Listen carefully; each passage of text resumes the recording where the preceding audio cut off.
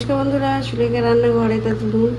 দেখো এই যে পটলগুলো আছে, ছোট ছোট পটল, বড় পটল, যে কোনো পটল হোক, পটলের খোসা বাটা খুবই সুন্দর টেস্ট হয়। আর কিভাবে বানাচ্ছি আপনাদের সাথে শেয়ার করছি। আর পটলের খোসা বাটা দিয়ে গরম গরম ভাত দিয়ে খুবই ভালো লাগে।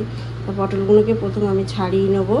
আর এখানে দেখো কয়েকটা রসুন রেখে দিয়েছি, এই রসুনগুলোও ছাড়িয়ে নেবো, নিয়ে আমি দেখাচ্ছি। দেখো পটলের খোসাগুলো সব আমি কেটে বেছে পরিষ্কার করে ধুয়ে ভালো করে নিয়েছি। আর আপনারা ভাবছো যে পটলের খোসা এতগুলো কী করে হলো। তার আগে 2 দিন আগে আমার পটল হয়েছিল, সেই পটলের খোসাটা ভালো করে প্লাস্টিকে মুড়ে টিফিন বক্সে রেখে দিয়েছিলাম।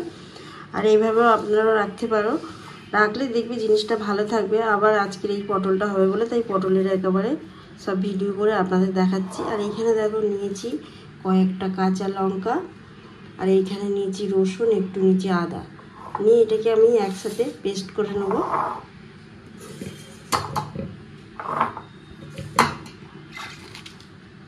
এগুলোকে ভালো করে ধুয়ে নিয়েছি আমি। কয়েকটা কাঁচা লঙ্কা দিয়ে দিলাম,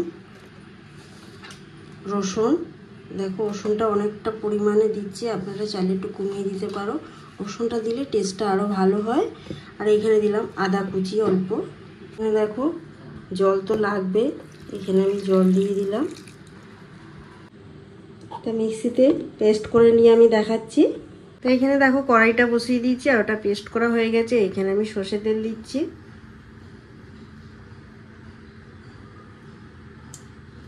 তেলের মধ্যে দেবো এবার কালো জিরে, দেখো 1 চামচের মতো।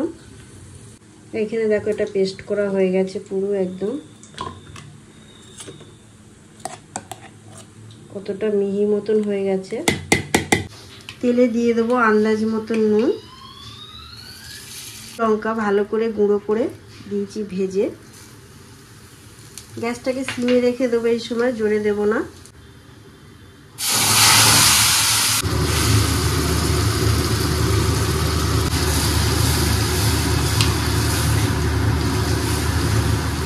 দেখো এটা একটু মিক্সিটা ধুয়ে অল্প একটু সামান্য জল দিয়ে দিলাম, অল্প একটু হলুদ, অল্প একটু জিরে দিয়ে দিলাম।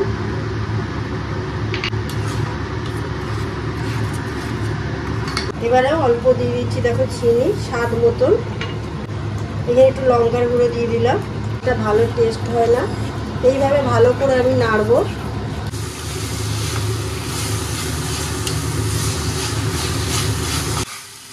দেখো এইভাবে পুরো শুকনো শুকনো হবে, পুরো তেল বেরিয়ে গেছে, বোঝাই যাচ্ছে যে জিনিসটা তৈরি হয়ে গেছে।